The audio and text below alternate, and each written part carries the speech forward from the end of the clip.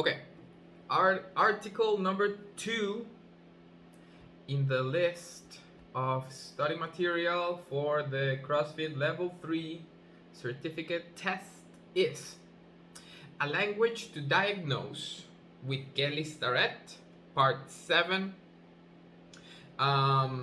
So if you don't know, Kelly Starrett is first of all is a man, and second he's the creator of Mobility WOD, which now I think is called the Ready State, and they have an app. The Ready State. Yep, that's it. I think it used to be an app, or it is an app, like RumWOD or GoWOD, something like that. I don't know. Anyways, so this one is not an article, it's a video, and it's a very short one. It's only 10 minutes, and we are suggested that we should watch part 7 of the whole lecture, because the whole lecture is 8 parts, and part 7 it's called a plan of action. The plan of action is what coaches, or how coaches should address difficulty of movement, or not being able to perform a movement, or pain during movement, or during range of motion. So of course, if you're watching this video, go watch the video we're supposed to be talking about. I have watched it around 4 times, because for me it was a little bit complicated to understand, because Kelly speaks really fast, and he's also always talking with jokes and etc. So it for me it was a little bit difficult to understand the first time. So on the text in the article, in the what's this called, the CrossFit Journal, it has like a brief of what he's talking about. I also took some notes while I was listening. So this video is all about what needs fixing according to a movement in the coach's perspective. So we have a list of 4 points of things that we can do. First one is motor control. It starts saying, is it a motor control issue? With motor control, in the end, he means that we should teach the person how to move, or we should check if the person knows how to move well, or perfectly in a manner. So that's the whole thing. First of all, teach the person, athlete, client, patient, whatever you want to call it, how to move well. Second, is it a connecting tissue issue? So it's the second thing we can do. He talks about sliding surfaces.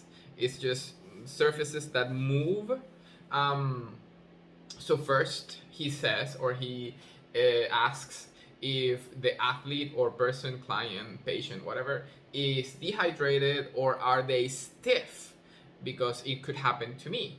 If I am snatching without warming up, it definitely happens to me. If I snatch and I am not warmed up well for a snatch, I am going to fail most snatches when they start to get heavy for me, because I haven't warmed up my shoulders. So is the person stiff? In some cases, okay, let's go, and you don't have to teach the person how to move, but you can start doing some mobility. Is the person dehydrated? That also happens. We forget that happens, but dehydration could be a problem. And also he talks about restoring motion of those connective tissues. So that means rolling on the foam roller, smashing the tissue, so using like a cross, like, what is it, crossball ball, to smash tissue and gain more motion for those tissues. Tissue? I don't know. The third thing that we could fix is joint. So he does this. He draws a joint capsule. So he explains that joints are like this. They are in a capsule, and joints could move in several movement patterns. That he says that they roll, slide, and glide, and that's really interesting. That's something every coach should study more. So what he recommends, talking about joints, is teaching the joint how to move accordingly, or how it should move. And what he recommends is using bands. Yes, this is the part where he talks about bands. So if we have our shoulders and they are like hunched over, we should apply a band on my back. We should apply force to the shoulder so it moves correctly, and then starting to move it in a correct manner and do mobility in that way. Maybe in that way you can also diagnose pain or injury. Anyway, that's what he talks about when he's talking about the joint. Is it a joint issue or a joint capsule issue? Also, muscle length, which my interpretation, please correct me in the comments if I am wrong, but my interpretation of this part is maybe a muscle is short, so it should be longer, or maybe it should have more flexibility. So here he talks about stretching muscles. That's it. That's what he recommends. Stretch. But he says that we should stretch responsibly. And for that, he says, or he talks about the PNF stretching, which I haven't investigated, or how do you say investigate, whatever. That he talks about PNF stretching, and that's the kind of stretching that he supports. Also, like a recommendation, he says near the end, he says, if you can't see change, then there is no change. There is no space for like, well, maybe I feel a little better and maybe it works a little. That's not the approach we should take. He says that if there is no obvious change, then there is no change, and we should try another thing. And also talking about stretching, he says it's all about consistency, and that's when he starts, let's not say he starts selling, but he starts talking about Mobility WOD, which now is called the Ready State. He starts talking about using the app and only using it 10 minutes to 15 minutes a day for 6 days a week, and that 7 days a week, and that's going to amount to 70 minutes a week to 80 minutes a week, which is really good in his opinion, my opinion as well.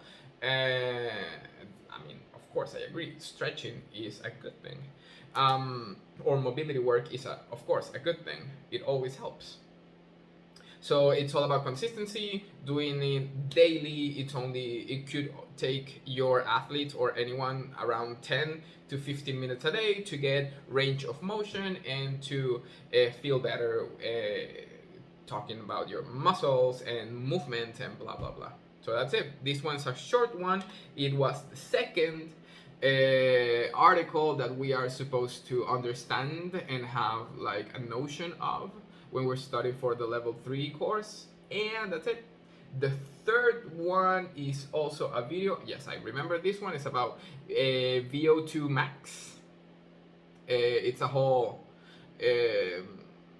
like small documentary, if I'm not mistaken, about VO2 max and how they applied it to CrossFit.